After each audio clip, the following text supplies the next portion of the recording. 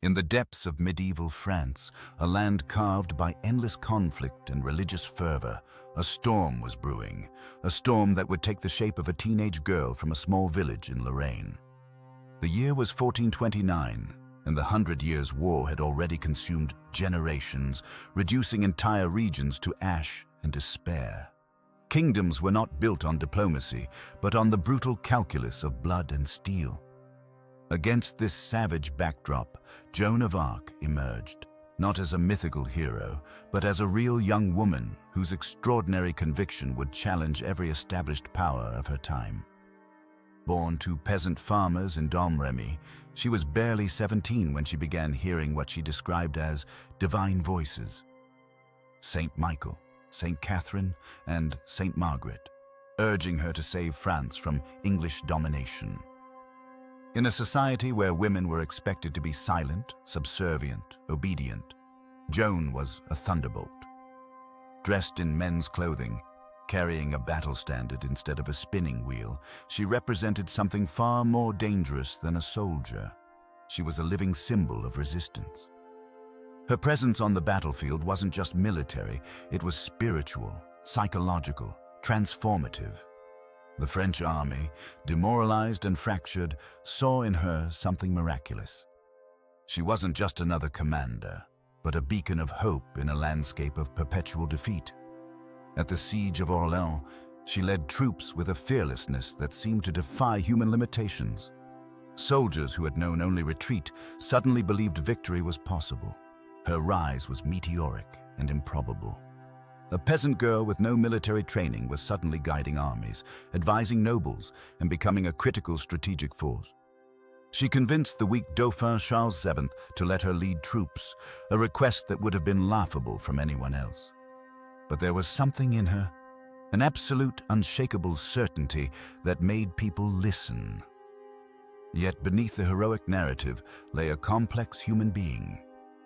Joan was deeply religious, profoundly vulnerable, simultaneously strong and fragile. Her visions weren't just strategic tools, but deeply personal spiritual experiences that defined her entire existence. She believed, with every fiber of her being, that she was fulfilling a divine mission. But such extraordinary paths rarely end peacefully. The same qualities that made her a legend, her defiance, her unwavering belief, her challenge to established hierarchies, would also seal her fate. The powerful men who controlled medieval society do not easily tolerate those who threaten their carefully constructed order. Joan of Arc was more than a historical figure. She was a profound disruption, a teenage girl who looked at a world designed to contain her and decided instead to transform it. Her story was not just about warfare, but about the extraordinary power of believing something is possible when everyone else says it is not. Little did she know that her journey would lead her to a fate more horrific than any battlefield.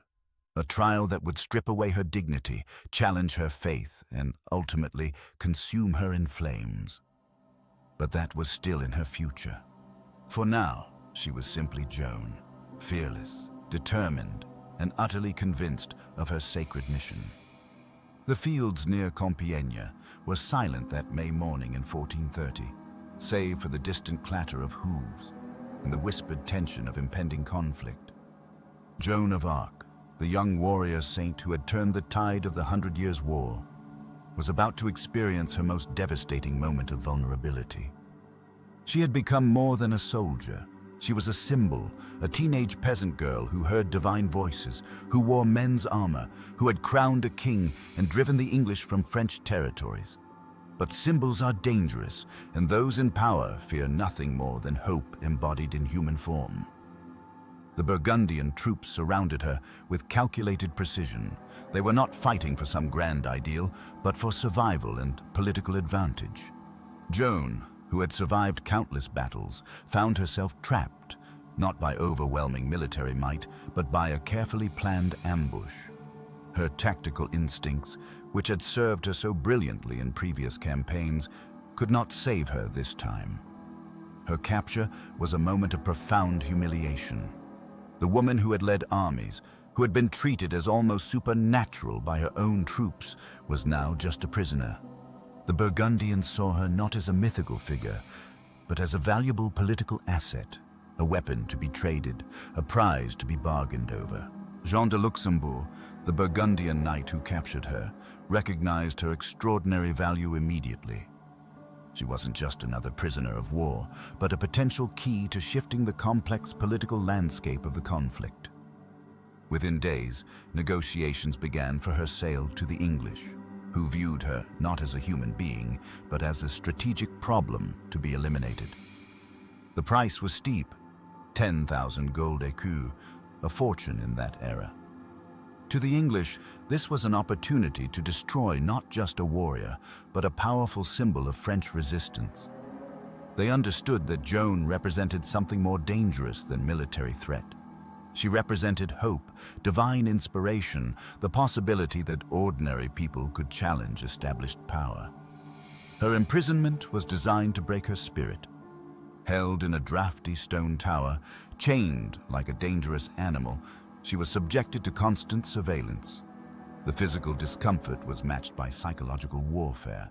Interrogators probed her beliefs, challenged her divine mission, attempted to undermine the very foundation of her extraordinary conviction. Yet even in captivity, Joan remained remarkably composed. Her faith, which had guided her through battlefields, now became her fortress. The same voices that had directed her military campaigns continued to provide her inner strength. She was not defeated. She was merely in another form of combat. The young woman who had worn armor, led men into battle, and transformed the course of a generational conflict was now reduced to a prisoner. But her spirit remained unbroken, a flame that would soon become a legend, far more powerful than her physical existence. No one at that moment could have predicted the extraordinary events that would follow, how this imprisonment would transform Joan from a military leader into an eternal symbol of resistance, faith, and the unstoppable power of individual conviction. In the cold stone chambers of Rouen, a teenage girl stood alone, defiant yet vulnerable. Joan of Arc, the peasant girl who had transformed France's fortunes, now faced a tribunal designed not to seek truth, but to destroy her. The trial was a meticulously constructed weapon, each accusation carefully crafted to dismantle not just her life, but everything she represented. Pierre Cochon, the Bishop of Beauvais, orchestrated a legal machinery that was anything but just. A total of 70 judges assembled, most hand-picked for their allegiance to the English and their determination to see Joan condemned. She was just 19 years old, a child in the eyes of her accusers, yet they treated her with a calculated ferocity reserved for the most dangerous of heretics. The charges against her were a deliberate tapestry of religious and political accusations. Heresy was the primary weapon, a charge that could mean death.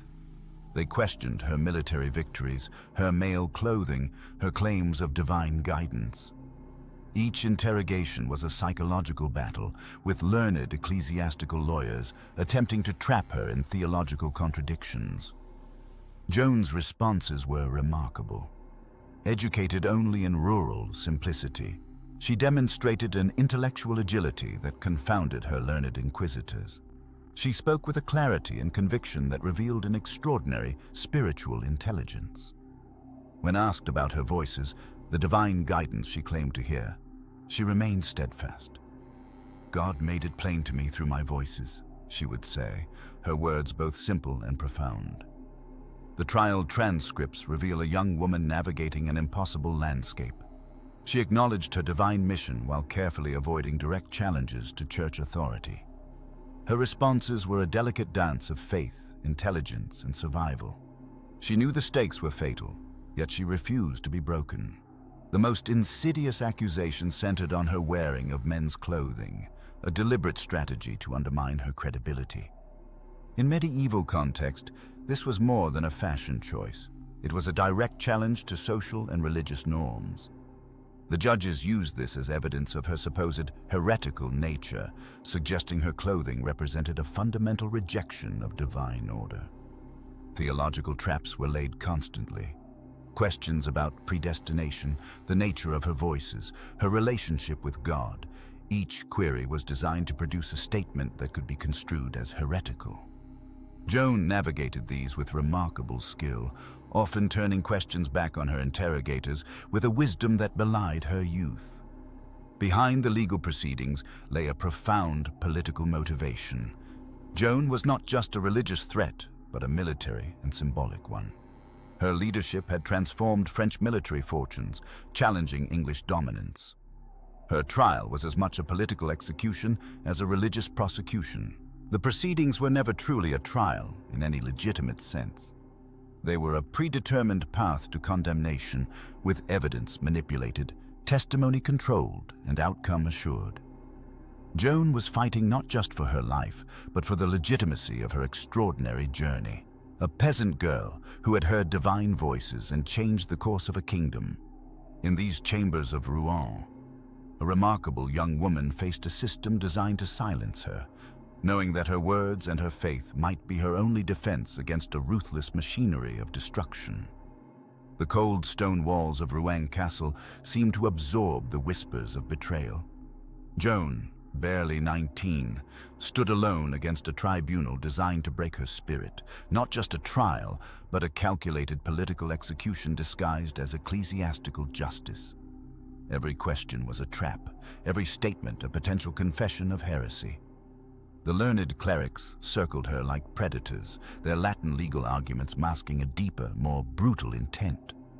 She was not merely a prisoner, but a symbol. A peasant girl who had dared to challenge the established power structures of both the church and the English nobility. Her crime was not simply wearing men's clothing or claiming divine guidance. Joan represented a dangerous disruption to a carefully maintained social order. A low-born woman who had led armies, who had crowned a king, who spoke directly to God without the mediation of learned priests. She was a profound threat to every established institution of medieval Europe. The trial documents reveal a meticulously constructed narrative. Her judges, largely aligned with the English and their Burgundian allies, were not seeking truth but confirmation of predetermined guilt. They interrogated her for months, asking intricate theological questions designed to expose contradictions in her statements. Could an illiterate peasant girl truly communicate with saints? Could her visions be anything other than demonic deception? Bishop Pierre Cochon, her primary prosecutor, understood this was more than a religious trial. This was political warfare. Joan had been a crucial military leader for the French, inspiring troops and helping turn the tide of the 100 Years' War. Her execution would be a strategic blow, not just to her personally, but to the entire French resistance movement. The charges were calculated: heresy, witchcraft, cross-dressing, each accusation carefully chosen to undermine her credibility and divine claims. They knew her unwavering faith would not allow her to renounce her spiritual experiences, which meant conviction was almost inevitable. What made her remarkable was her resilience. Despite weeks of intense questioning, despite being isolated, despite the clear intention to condemn her, Joan maintained her dignity. She responded to complex theological arguments with a simple, profound faith that often left her learned interrogators struggling to find counter-arguments. The trial was never about discovering truth. It was about crushing a spirit that had become a national inspiration. Every question, every legal maneuver was designed to transform Joan from a heroic figure into a heretical witch. A narrative that would serve the political interests of those who feared her extraordinary influence. When the verdict came, it was more a political statement than a judicial decision. 63 judges found her guilty, though many later claimed they were pressured or manipulated. Joan was condemned not for her actions, but for what she represented: hope, rebellion, and the dangerous possibility that true divine inspiration might exist outside established institutional control. In those final moments of her trial, Joan was not just a young woman facing religious judgment. She was a symbol of resistance, a challenge to a system that sought to suppress individual courage and extraordinary destiny. The marketplace of Rouen falls silent. A wooden stake rises from a platform, surrounded by bundles of dry kindling and stacked firewood. At its base, a young woman stands, 19 years old, clothed in a simple white dress, her hands bound, her eyes fixed on something beyond the jeering crowd. Joan of Arc does not look like a soldier now. Gone are the armor, the battlefield courage, the military standard. Here, she is vulnerable, human, a young woman about to be consumed by flames for crimes of heresy and defiance. The air is thick with tension, with the smell of impending death. Witnesses describe her extraordinary composure. Despite knowing the horrific death awaiting her, she maintains a dignity that unsettles her executioners. Ecclesiastical judges, political enemies, and English soldiers watch, expecting terror. Instead, they see calm. Before the flames are lit, Joan requests a cross. A soldier nearby fashions a makeshift cross from 2 small wooden sticks, which she accepts and places against her heart. Her final moments become an act of profound spiritual resistance, transforming her execution into a form of martyrdom. The first flames lick upward, catching the dry wood. Heat intensifies rapidly. Joan would have felt searing pain almost immediately, her skin blistering, her breath becoming difficult. Smoke would have begun choking her, creating a suffocating darkness. Medieval execution was not a swift death. Bodies do not burn quickly. Each moment would have been an eternity of suffering, skin crackling, muscles contracting, lungs struggling for air. Yet reports suggest Joan remained remarkably composed, repeatedly calling on God, speaking of divine visions. Her executioner, overwhelmed by her courage, later admitted feeling profound remorse. Some witnesses reported hearing her final words, "Jesus, Jesus, Jesus." A prayer, a defiance, a transcendence of the physical torment. The flames rose higher. Joan's body, small and slight, was engulfed. What remained was not just a physical execution, but a political statement, a powerful message about control, religious orthodoxy, and the brutal mechanisms of institutional power. Those who condemned her believed they were destroying a heretic. Instead, they were creating a legend. Joan's execution would become a pivotal moment in French historical consciousness, a symbol of resistance against oppression, of individual courage against institutional might. As the flames consumed her, Joan transformed from a living warrior to an immortal symbol. Her physical body was reduced to ash, but her spirit, defiant, unbroken, would rise far beyond the marketplace of Rouen. The French would remember. History would remember a teenage peasant girl who challenged kingdoms, who heard divine voices, who led armies, burned alive, but never truly defeated. The marketplace in Rouen remained eerily silent after the flames consuming Joan of Arc's body finally died down. Smoke hung heavy in the air, carrying the acrid scent of burned flesh and fabric, a testament to the horrific final moments of a 19-year-old girl who had altered the course of a century-long war. Those who witnessed her execution stood in stunned disbelief. Many had expected defiance, perhaps a dramatic proclamation of innocence. Instead, they saw a young woman clutching a wooden cross, whispering prayers to her God even as the fire consumed her. Her last words, calling on Jesus, echoed in the minds of those present, a haunting reminder of her unwavering faith. The English soldiers who had engineered her trial felt no triumph. Some reported feeling a profound unease, a sense that they had witnessed something beyond a mere execution.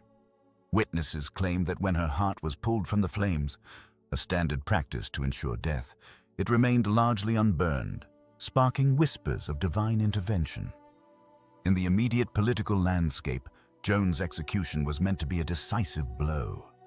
The English and their Burgundian allies believed they had eliminated a dangerous symbol of French resistance. They had convicted her of heresy, hoping to delegitimize not just her military campaigns, but the very notion of divine guidance that had inspired French troops. Yet the opposite occurred. Her death transformed her from a military leader into a martyr. French troops, who had been wavering and demoralized, found renewed purpose. The image of a young woman burned for her faith became a rallying cry. Within 7 years of her execution, the French would ultimately win the 100 Years' War, a victory that many would later attribute to the spiritual momentum Joan's sacrifice had generated. In the villages and towns across France, her story spread like wildfire. Peasants and nobles alike spoke of her courage, her divine visions, her absolute conviction. She became more powerful in death than she had ever been in life. A symbol of resistance against foreign occupation, of faith against institutional corruption. The church, which had condemned her, would later be forced to confront its own injustice. In 1456, a posthumous retrial would completely exonerate Joan, declaring the original trial null and politically motivated. 25 years after her execution, she would be proclaimed innocent, a vindication that came too late for the young woman who had changed history. For the English, her execution marked a Pyrrhic victory. They had eliminated a military threat, but created a legend that would haunt them for generations. The image of a young peasant girl burned at the stake would become a powerful narrative of resistance, of faith transcending political and military power. In the cold marketplace of Rouen, as the last embers of Joan's execution died out, a new chapter of history was being written, one that would be remembered not for the flames that consumed her, but for the spirit that could never be extinguished. In the flickering candlelight of a somber church, a profound transformation was taking place. 25 years after her execution, the young woman who had been condemned as a heretic would begin her journey toward redemption. Joan of Arc, the peasant girl who had become a symbol of resistance, would not be defined by her death, but by her extraordinary life. The wheels of justice turned slowly, but they did turn.